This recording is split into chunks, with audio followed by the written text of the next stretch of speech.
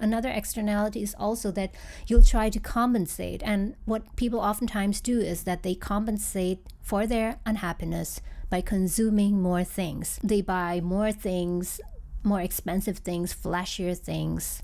They consume goods and also services to save time, of course.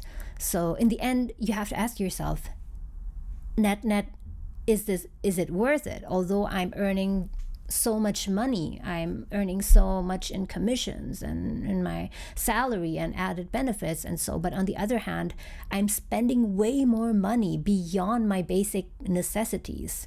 And I also have all these externalities, health problems, mental health problems, and negative effects on your relationships with your family, and all these binging on and consumption and so on. So in the end, is it worth it to live like this? And I think that the answer is no.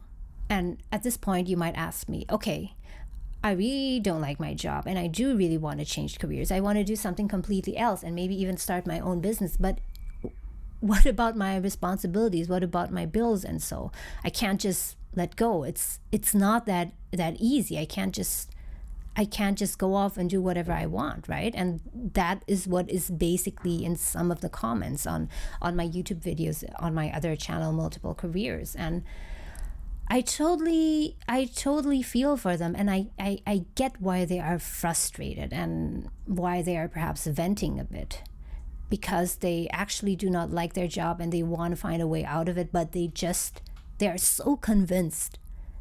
They are really so convinced 100% that there is no way out, that they just have to stick in the career that they perhaps chose at age 18 and not 18. Yeah, well, maybe 18, right? Because then you choose a major and then you get a job that's connected to the major. So they chose that career at the age of 18 or maybe 23 or 25, and they stuck with it for 10 years.